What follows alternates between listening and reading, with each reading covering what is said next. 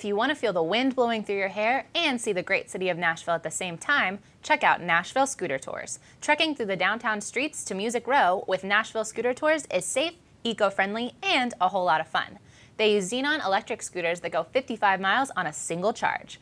Find out more by calling 615-290-5563 or book your reservation today at NashvilleScooterTours.com.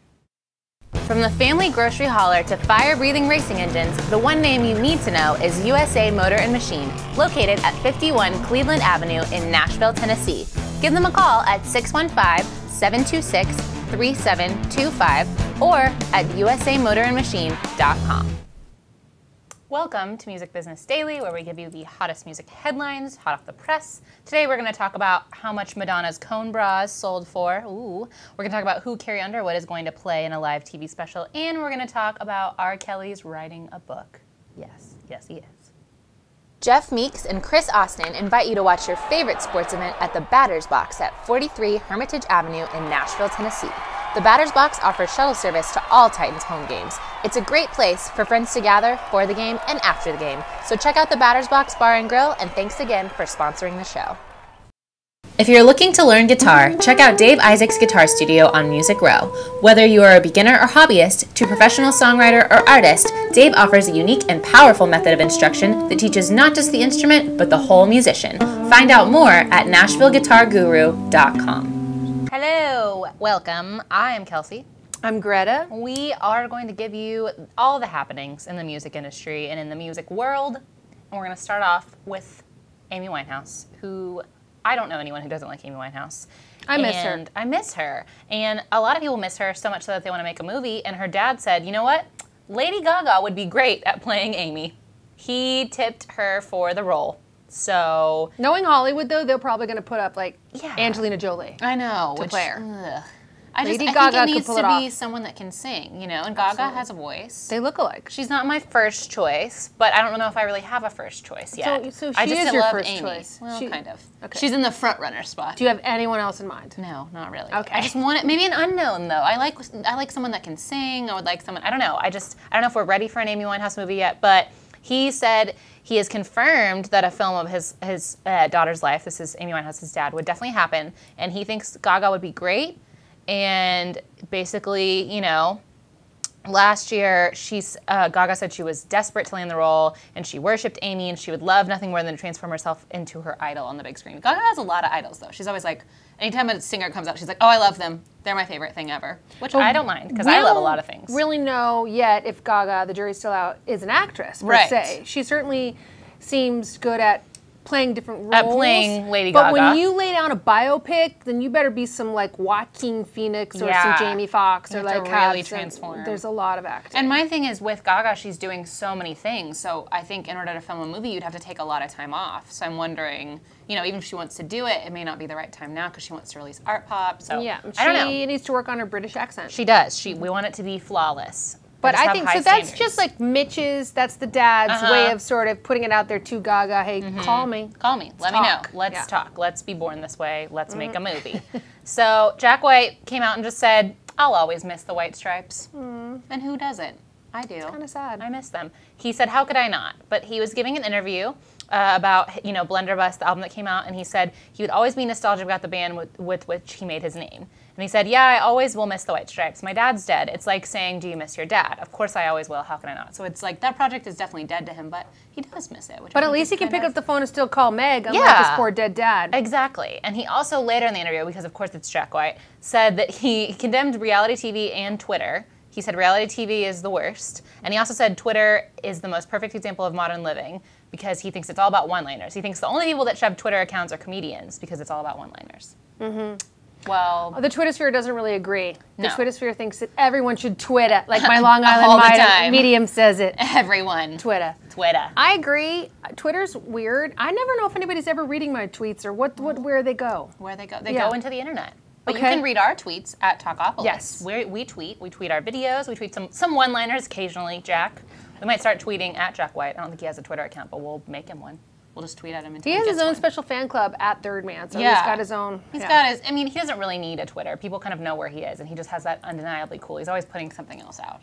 So it's pretty easy to keep track of what's going on in his mind. So he misses the white stripes, but not Twitter so much. But not so much. That's so the news breakdown for you. If you want to get him a Christmas present, do not get him a Twitter account. Maybe get him some white stripes memorabilia because he's feeling nostalgic about that. Yeah. So anything that's red and white striped, like candy canes. Yes, I think he's probably a big fan of the candy cane. Probably big. We're on to you.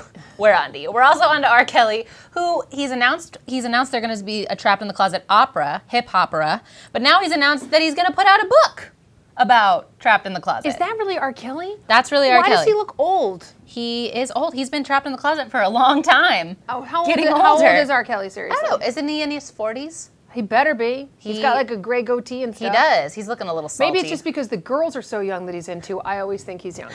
There you go. There you go. He said that he's writing a prequel book to Trapped in the Closet.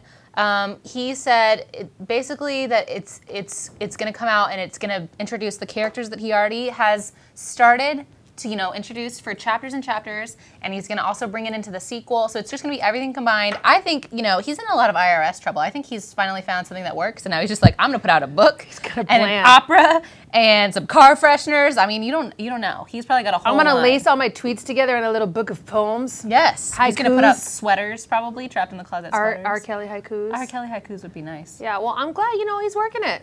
He is. He's still out there working it. I just think it's so funny. I mean, if you are a big Trapped in the Closet fan, you have a lot of things you need to get ready to buy. You need to start saving up because you got to get your tickets to the Broadway show. You got to get your book. They're probably going to remaster it and re-release it. I mean, this is just R. Kelly madness. It is R. Kelly madness. If you're a big R. Kelly fan, it's a good day for you. Right at the holidays. If you're a big Madonna fan, I hope that you were at the auction where her cone bras were auctioned off. They fetched a nice little clean $77,000. Is that per cup or for the whole bra? I don't know. They have not announced. Good. I mean, I don't know how much would you buy. What would you do with one cone? I would just drink out of it. Just like a goblet. By myself. Yeah. By yourself in your room.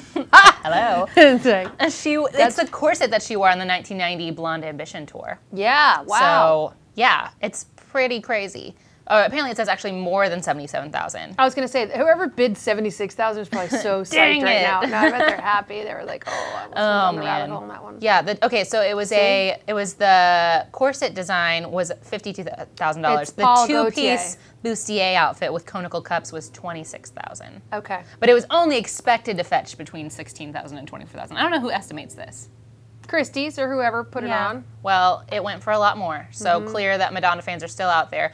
My question is, if you buy this, do you buy it for the intense purpose of putting it up like on your wall, or are you going to wear it? That was your same question with like Lady Gaga's collections with Michael Jackson. I just want to know let me tell you, these people who buy these things plan on wearing them in the privacy of their own home. Probably doing little fashion shows months. for themselves. Yeah, and they're well. Or knowing that they have it on underneath something else. Is just all it takes. The point is, for $77,000, you can do whatever the heck you want with that bra. Have fun. Put it on your head as a hat. Get creative. Make it into an art project. I don't know. But speaking of money, Shakira's ex-boyfriend is suing her for a calm $100 million. What? Yes. You are kidding me. $100 million he thinks he's entitled to. De la Rua. $100 million, what the hell did he do? Well, apparently, this is my favorite part. He thinks that's his share of past and future partnership profits. So they broke up, and he said, I helped shape her image. I was a part of a lot of decisions. He just looks really not excited in that picture. But he thinks that he needs $100 million for what happened in the past and for what she's going to make in the future.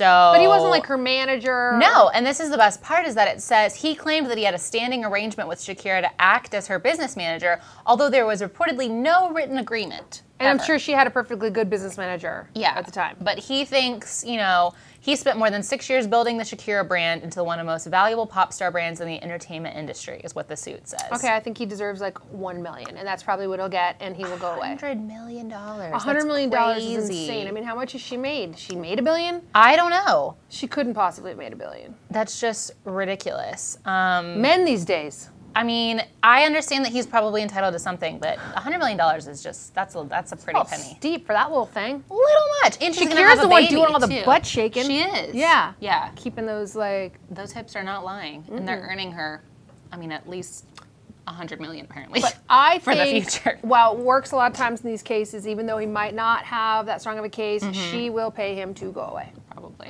and it'll be around $1 million, and he'll be stoked. Well, Antonio, we're on to you.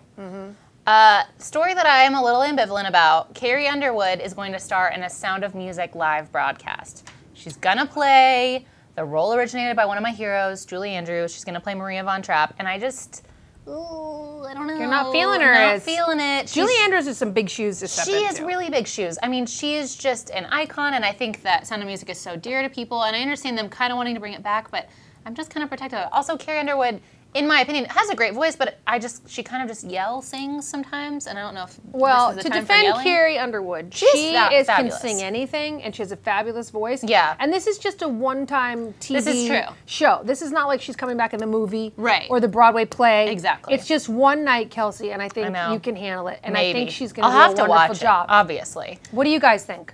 Let us know. Yeah. If you're here for Carrie, if you're Team Carrie, if you're still Team Julie Andrews, then let us know. You know, check us out on Facebook, facebook.com/Talkapolis with an A. You know, check us out on your app that's on your phone. Mine's down here.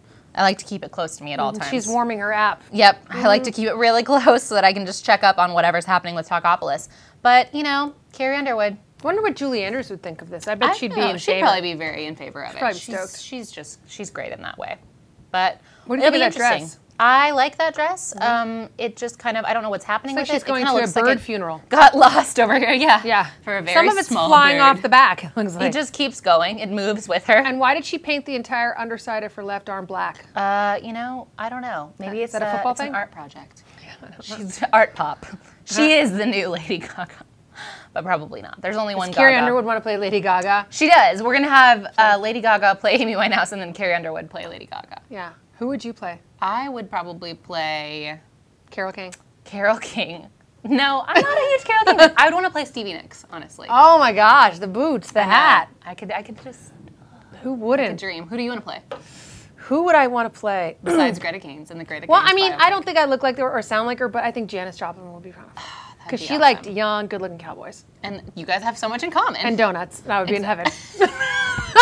And Jack Daniels. Good. Woo! Well, this is what we've learned. We hope we've enlightened you with not only our personal knowledge, but also our personal choices on who we would play in a movie. But, you know, stick around. Catch us tomorrow on Thursday. It'll be fun. We'll be here at this desk.